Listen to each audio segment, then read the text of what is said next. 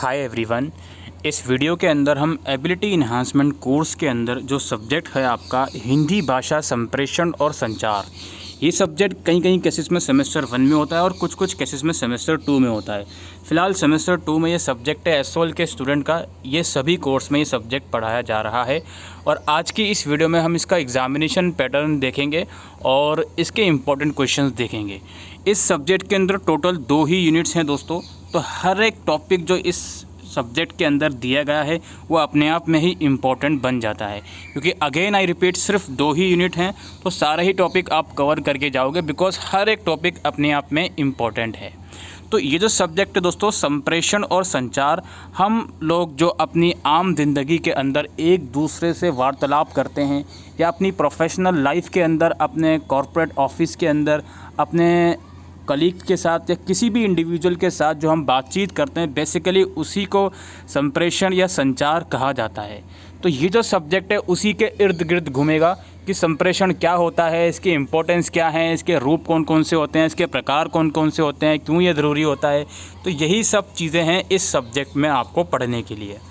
यहाँ पर अगर मैं इसका सिलेबस की बात करूँ तो सिलेबस के अंदर 2 यूनिट हैं। पहला आपका है संप्रेषण की सामान्य परिचय, यानी कि बेसिक इंट्रोडक्शन आप पढ़ोगे।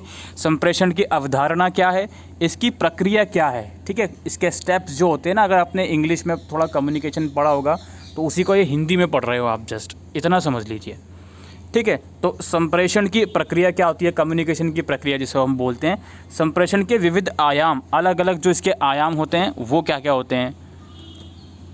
आयाम आप कह सकते हो डिफरेंट टाइप्स या डिफरेंट कैटेगरी या डायमेंशन जो होते हैं संप्रेषण के, उसको आयाम बोलते हैं। संप्रेषण और संचार के बारे में आप पढ़ोगे, किस तरीके से दोनों ये इंटीग्रल हैं, किस तरीके से दोनों लिंक्ड करते हैं आपस में।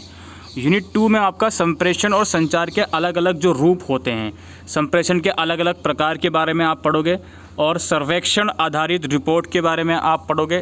सर्वेक्षण आधारित रिपोर्ट तैयार करना, संभावित विषय के बारे में आप पढ़ोगे और संभावित विषय भी दिए हुए हैं इसमें, कोरोना और मानसिक स्वास्थ्य जागरूक संबंधी अभियान और कूड़ा, हाँ जी, निस्तारण योजना।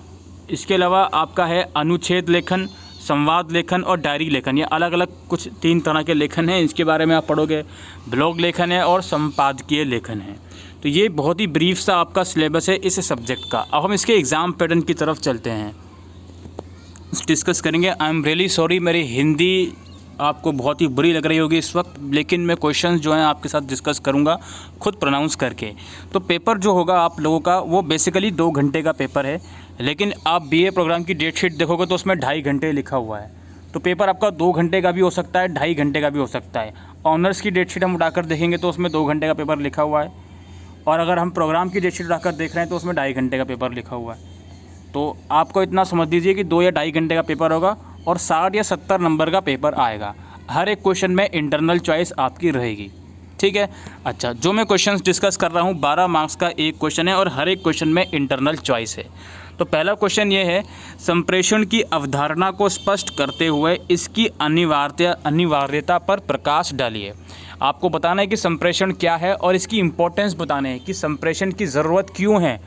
जो ये कम्युनिकेशन होता है, जो ये वार्तालाप होता है 2 इंसानों के बीच, 2 मनुष्यों के बीच, तो इसकी इम्पोर्टेंस क्यों है, क्योंकि इसी के थ्रू हम अपनी ज़िंदगी को महत्व को समझ पा रहे हैं। हम एक दूसरे से बात करते हैं तो हम सोशल वेलबींग हो पाते हैं, अपनी परेशानी दूसरों को बता पाते हैं।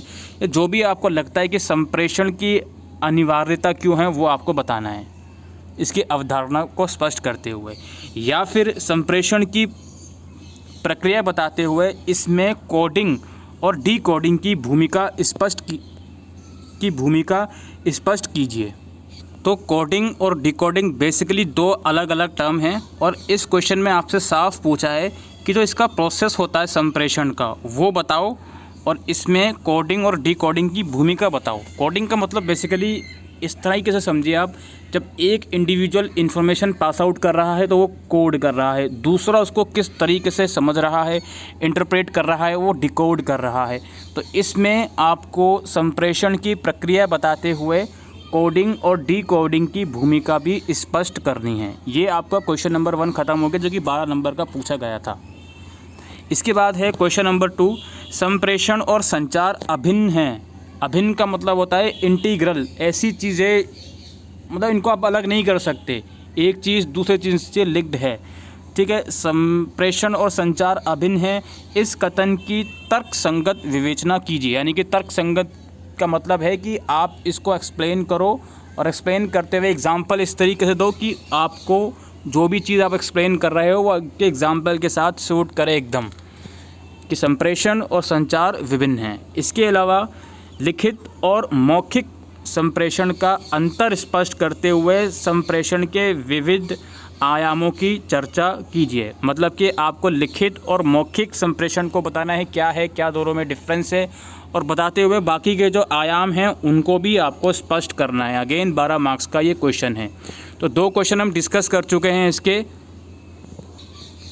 और इसके हम सिलेबस पर अगर वापसी आते हैं तो यहाँ पर आप लोग देख सकते हो अभी तक 2 क्वेश्चन डिस्कस कर चुके हैं और यूनिट 1 में से सभी कुछ कवर हो चुका है अभी तक, चाहे वो विविध आयाम हो, चाहे वो संप्रेषण और संचार के बारे में हो, चाहे वो इसकी प्रक्रिया हो, उसके साथ कोडिंग और डिकोडिंग एक्सप्लेन करने का लिए कहा जा रहा हो, और चाहे अवधारणा हो।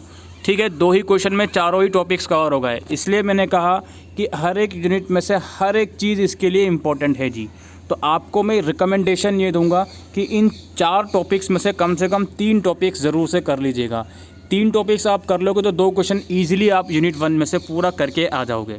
ठीक है, 2 यूनिट मत छोड़िएगा, क्योंकि ऐसा रहता है, 2 टॉपिक मत छोड़िएगा, क्योंकि ऐसा ना हो कि जो 2 टॉपिक्स आप छोड़ रहे हो वही आपस में इंटरलिंक करके आ जाएँ क्वेश्चन के अंदर।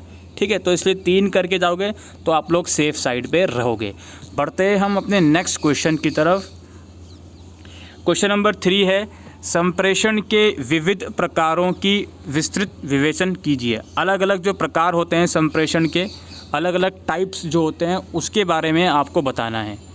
या फिर इसमें यह है जी, सर्वेक्षण आधारित रिपोर्ट भविष्य की संभावनाओं के चिंतन में ही नहीं अपितु उन संभावनाओं के क्रियान्वयन में भी महत्वपूर्ण भूमिका निभाती है, इस कथन की समीक्षा कीजिए। आपको सर्वेक्षण आधारित रिपोर्ट के बारे में बताना है इस पर्टिकुलर क्वेश्चंस के अंदर।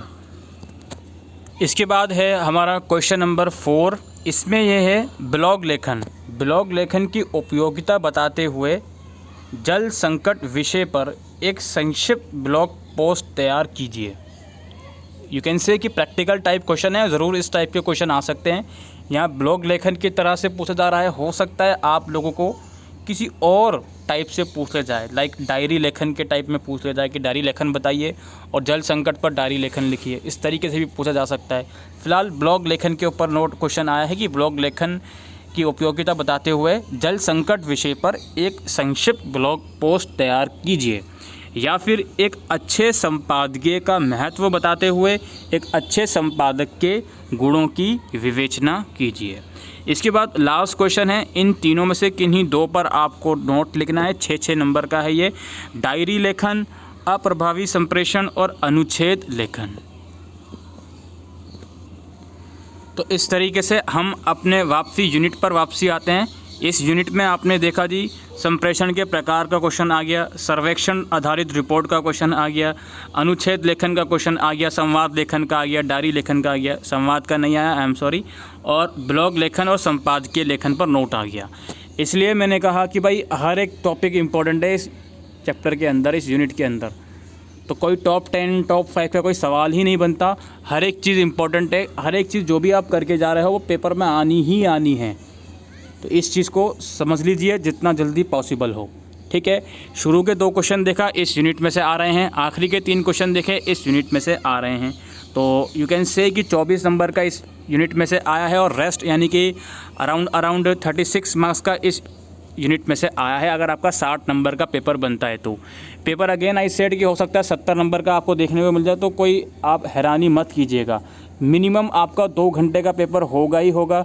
इस चीज़ को ध्यान रखना एग्ज़ाम सेंटर में जब आप जाओगे तो। ठीक है, इतना घंटे का पेपर आपका होना ही है as per the date sheet भाई। जो डेट शीट में लिखा है मैं आपको उसी के अकॉर्डिंग बता रहा हूँ। बीए प्रोग्राम की डेट शीट में 2.5 घंटे का पेपर लिखा है ये। अब एक्चुअल में एग्ज़ाम सेंटर में आपका कितने घंटे का आएगा वो वहीं पर पता चलेगा, लेकिन कम से कम 60 नंबर का तो पेपर आपका आएगा ही आएगा। और क्वेश्चन जिस तरीके से मैंने आपको बताए हैं मोस्ट लाइकली उसी तरीके से क्वेश्चन आएंगे, कि और कोई तरीका ही नहीं है क्वेश्चन बनने का। सिलेबस बहुत इसका ब्रीफ सा है, तो इसी में से आप लोगों के क्वेश्चंस बनेंगे। अगेन लास्ट में इतना बता दूं कि कम से कम इन चारों में से 3 टॉपिक ज़रूर से करके जाइएगा, और अगेन इन चारों में से 3 टॉपिक ज़रूर से करके जाइएगा। ठीक है, ये वाला तो ज़रूर करिएगा। आखिरी के 2 टॉपिक ये तो बहुत इम्पोर्टेंट है। ठीक है जी, तो ये सब था दोस्तों हिंदी भाषा संप्रेषण और संचार के इम्पोर्टेंट क्वेश्चंस के रिगार्डिंग इन्फॉर्मेशन। आई होप दोस्तों आपको ये जानकारी यूज़फुल लगी हो, तो वीडियो को शेयर कीजिएगा। Thank you.